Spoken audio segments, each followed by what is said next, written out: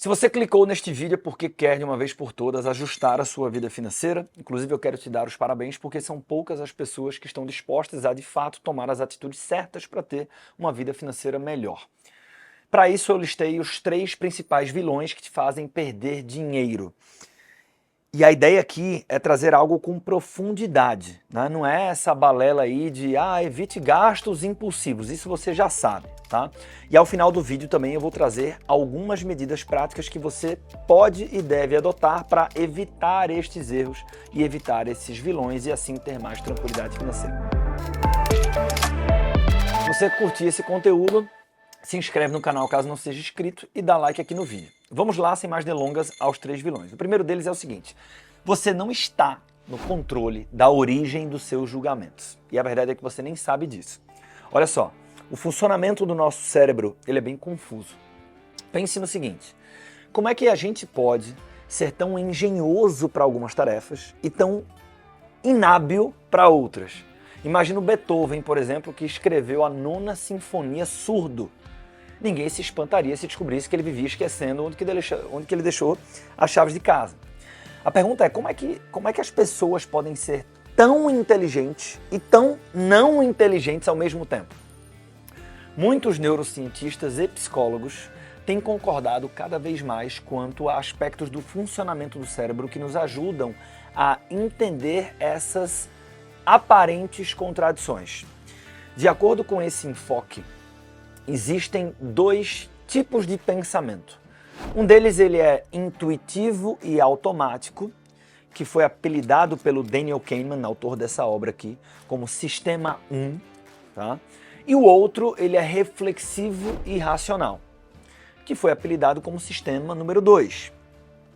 O Sistema 1 ele é o sistema automático, e ele é rápido, ele é prático, ele é associativo, ele é descontrolado, tá? E ele atua com pouco ou nenhum esforço e com nenhuma percepção de controle voluntário. Enquanto que o Sistema 2 ele é reflexivo, ele é dedutivo, controlado, lento, ele obedece a regras, ele é autoconsciente. Uma forma de enxergar é considerar que o sistema automático ele é a sua reação intuitiva e o sistema reflexivo ele funciona como seu pensamento consciente e deliberado. Por exemplo, considere essa imagem. Eu vou colocar ela aqui na tela para você. O que é que aconteceu? Mesmo sem esforço, seu pensamento intuitivo provavelmente entrou em ação. Ao mesmo tempo que você notou que a mulher tem cabelos grandes, você entendeu que ela estava furiosa. E segundo o Daniel Kahneman, isso é tão maluco que nós somos capazes até de projetar o que nós vimos no futuro. Ou seja, você percebeu que a mulher está prestes a dizer algumas palavras muito desagradáveis, provavelmente num tom de voz alto. Perceba que você não pretendia fazer essas avaliações, simplesmente aconteceu. Este é o seu sistema automático em ação. Agora, considere o seguinte problema, eu vou colocar aqui na tela. 17 vezes 33. Você rapidamente entendeu que se tratava de um problema de multiplicação.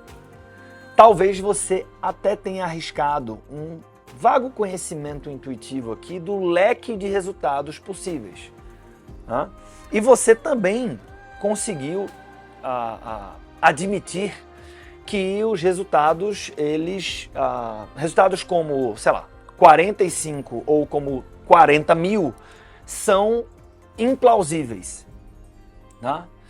No entanto, sem gastar algum tempo tentando resolver esse problema, você não consegue ter certeza da resposta e você não saberia dizer se 533 é ou não a resposta correta. Se você tentar resolver esse problema de fato, você vai experimentar o seu sistema 2, o seu pensamento lento, o seu sistema reflexivo em ação. A pergunta é, qual a relação disso com os seus erros de julgamento e o seu processo decisório? Então, os estudos apontam, muitos inclusive, que as atividades que impõem altas taxas de exigência ao seu sistema reflexivo, elas requerem autocontrole. E a aplicação de autocontrole, ela é exaustiva e muitas vezes, inclusive, desagradável. Então, todos os dias, nós nos deparamos com situações que envolvem conflito e que, por consequência, causam esgotamento do autocontrole. As consequências do esgotamento mental são diversas e algumas delas, adivinhe, você acaba fugindo do plano, você gasta demais em compras impulsivas, você compra coisas que não precisava, você tem uma reação agressiva, você sai do planejamento. O primeiro vilão aqui, na verdade, é um conflito que acontece dentro da sua cabeça e que faz com que você tome decisões precipitadas. O segundo vilão tem a ver com a procrastinação e com o problema sistemático da deficiência de autocontrole que nós temos. Tá? E aí, antes de explicar de novo, se você estiver curtindo esse conteúdo, curte o vídeo, beleza? Olha só, a pergunta aqui é, segundo vilão, por que nós não conseguimos nos obrigar a fazer aquilo que nós queremos fazer? Um professor de finanças comportamentais super renomado que eu gosto muito é o Dan Ariely. Ele costuma dizer que o inferno está cheio de boas intenções e quase todo mundo sabe o que é que isso significa. Uma frase dele que eu adoro, que é: nós prometemos poupar para a aposentadoria, mas torramos o dinheiro nas férias. A pergunta que nós precisamos nos fazer é: quanto que nós perdemos quando nossos impulsos nos desviam das metas de longo prazo? Enquanto se reduz a sua riqueza quando você esquece da promessa de poupar ou você esquece da promessa de consumir um pouco menos? Por que é que nós perdemos com tanta frequência a batalha contra a procrastinação? Para as finanças comportamentais, a raiz desse problema está no fato de que nós não nos damos conta de que o nosso comportamento e, consequentemente, as nossas decisões, ele é alterado sob a influência da excitação.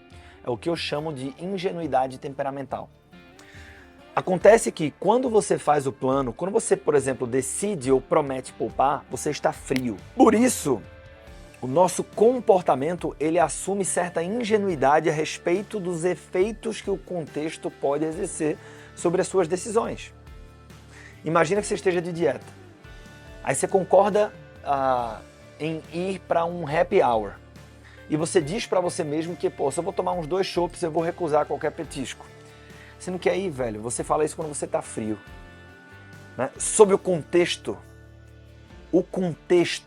ele muda o teu temperamento. Você sai de frio para quente e o contexto, ele influencia as tuas decisões. É quando você pisca o olho, você está no 4º pastel e no 6º chopp.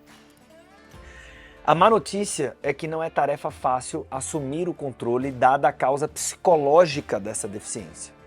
Autocontrole diz respeito essencialmente a conflito. E, como em qualquer conflito, são necessários pelo menos 2 lados para que tenha um conflito. Tem um cientista comportamental chamado Donald McIntosh. E ele diz que a origem do problema do autocontrole é justamente o conflito entre o sistema 1 e o sistema 2 que você conheceu mais cedo nesse vídeo. E é por isso que, tão frequentemente, você não consegue se obrigar a seguir o plano, nem consegue se obrigar a fazer aquilo que você sabe que é bom para você e aquilo que você diz que quer fazer. Se você perceber, muitas das boas práticas financeiras, né, pesquise antes de comprar, não compre por impulso, compre apenas o necessário, gaste menos do que você ganha. A gente já sabe dessas coisas. Né? Não se permita levar pela excitação, pela ganância, pelo medo na hora de investir. A gente já sabe disso. Mas é difícil colocar isso em prática por conta do que eu te apresentei agora. E o terceiro e último vilão, que vale a sua inscrição no canal, caso você não seja inscrito, é assim. São as conclusões equivocadas. Né? Talvez você não tenha olhado sob essa ótica, mas você é uma máquina de tirar conclusões precipitadas. Um dos principais achados do Daniel Kahneman e do Amos Tversky, que era o grande parceiro dele, né? De novo, o autor dessa bíblia aqui das finanças comportamentais, é o conceito de que o que você vê para o seu cérebro é tudo que há. Né? Que ele, inclusive, cunhou uma expressão, em inglês é o Visiate, né? Que vem da sigla What you see is all there is. Para entender, eu vou fazer uma pergunta para você, que é um exemplo que ele traz no livro. Sérgio será um bom líder, sim ou não? Ele é inteligente e forte. Antes que eu concluísse, provavelmente uma resposta rapidamente ocupou a sua cabeça. E a resposta foi que sim. Acredito que ele é um bom líder. Você escolheu a resposta com base na informação muito limitada que você tinha disponível. Sendo que o seu sistema automático ele saiu correndo antes da hora para chegar na conclusão, diga-se de passagem, precipitada de que ele era um bom líder. Porque veja, imagina que os outros adjetivos para descrever o Sérgio fossem corrupto e cruel. E agora? Ele é um bom líder ou não? Observe o que você não fez quando pensou se o Sérgio era ou não um bom líder. Você não se perguntou, por exemplo, o que é que eu precisaria saber antes de ter formado uma opinião sobre a qualidade da liderança de alguém? O sistema automático ele opera por conta própria. A partir do primeiro adjetivo, por exemplo, inteligente, você diz assim, pô, inteligente é bom. Aí depois, inteligente forte. Pô, inteligente forte parece muito bom. Então, essa história, ela pareceu fazer muito sentido para o seu sistema automático e sempre que isso acontece, a gente encontra o que o Daniel Kahneman chama de conforto cognitivo, né? E aí, tirar conclusões precipitadas com base em evidência limitada é muito mais comum do que nós gostaríamos e acontece o tempo inteiro. Por quê? Porque o que você vê para o seu sistema automático é tudo que há. E desta forma que você assume riscos injustificáveis e você acaba tirando conclusões precipitadas, sobretudo quando o assunto é dinheiro, o tempo inteiro. Esses são 3 problemas reais, validados cientificamente, que fazem você perder dinheiro.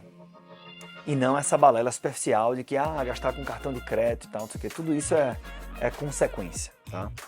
A grande pergunta aqui é, Arthur, o que é que eu posso fazer, né? Você pode fazer algumas coisas. A primeira é reconhecer que isso acontece contigo, né? Tem muita gente que diz que não. Esses desvios de julgamento, essas decisões precipitadas, isso não acontece comigo. Isso é um equívoco pensar assim, né? Por quê? Porque você acha que não acontece com você porque você só tem acesso ao seu sistema reflexivo, né? Sendo que esses erros acontecem no sistema 1, né? No sistema automático. Então a primeira coisa é reconhecer que isso é uma característica do funcionamento do cérebro humano, tá? E que você está exposto a essas falhas. E aí, medidas práticas que podem te ajudar a evitar essas falhas.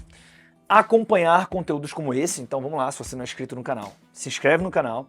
Mas, por exemplo, outras coisas que você pode fazer, você pode automatizar as decisões financeiras que podem ser, de certa forma, atrapalhadas por conta destes erros que nós temos. Então, decisões de poupança, de investimentos, quando você automatiza isso ajuda muito, porque você não... quando você coloca no piloto automático, você não corre o risco de perder para o autocontrole, tá? Ou de tomar decisões ruins por conta do cansaço, por exemplo. Outra coisa, ter um planejador financeiro pessoal ou um wealth planner, isso ajuda muito, né? Por quê? Porque essa pessoa ela não está envolvida nos seus vieses, né? E aí ela pode te ajudar a errar menos.